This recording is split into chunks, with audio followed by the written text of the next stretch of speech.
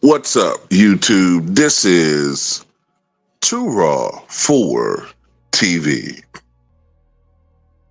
The numbers are in, and the Michael Jordan effect is real.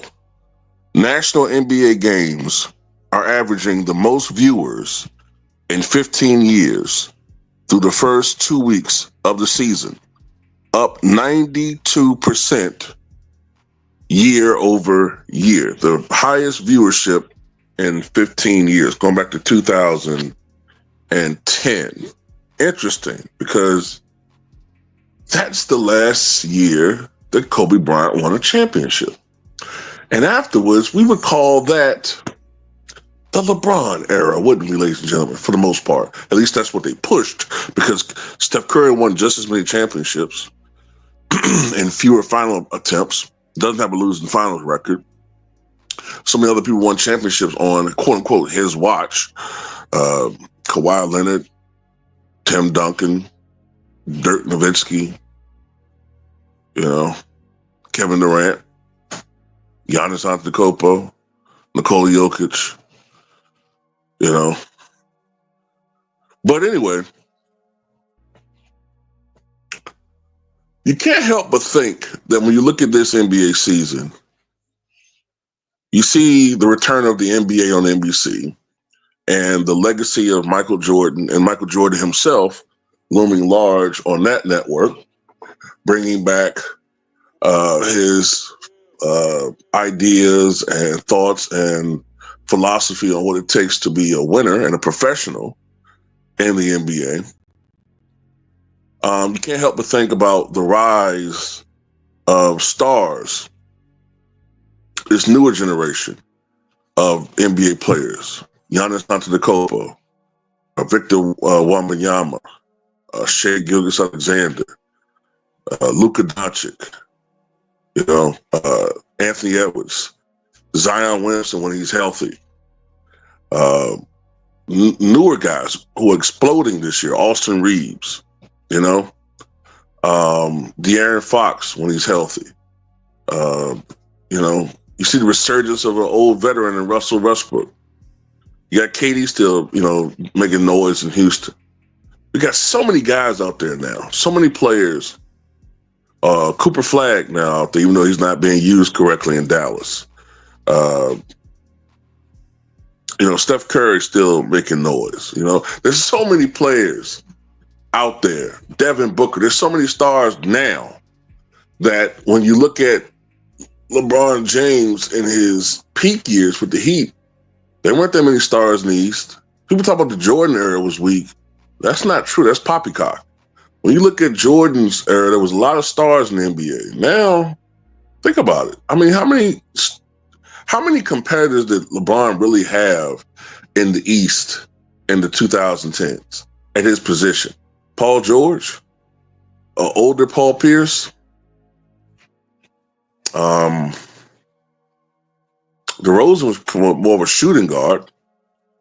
But anyway, I can't help but also think that part of the reason why the ratings are way, way up is a certain guy isn't playing right now. And this goes to show you more and more and more the NBA doesn't need him. Not just the Lakers. The NBA doesn't need him. And he's the only guy that's not reading the room.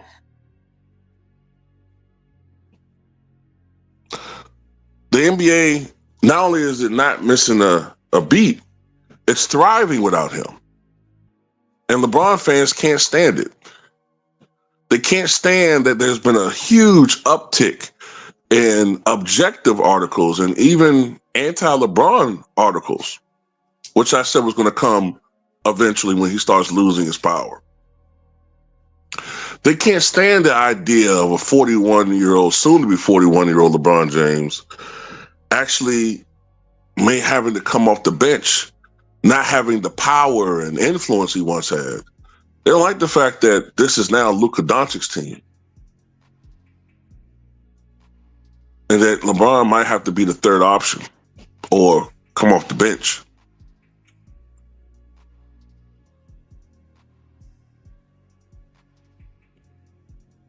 Michael Jordan, I said this before,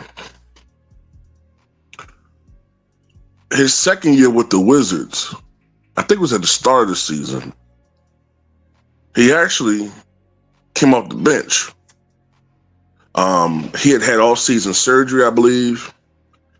And for the betterment of the team, they thought that they should ease some of his load. So with the addition of Jerry Stackhouse to the squad, they had Mike come off the bench briefly. Okay. I remember that first game. I can't remember who they played, but they won in a blowout, that 2002-2003 season. But then ultimately, Jordan got back in the starting lineup, and he played all 82 games, wound up averaging 37 minutes a game that year. But he did what was best for the team. And all we're saying is that this guy he should do what's best for the team. Don't know if he's going to do it, but that's what he should do. And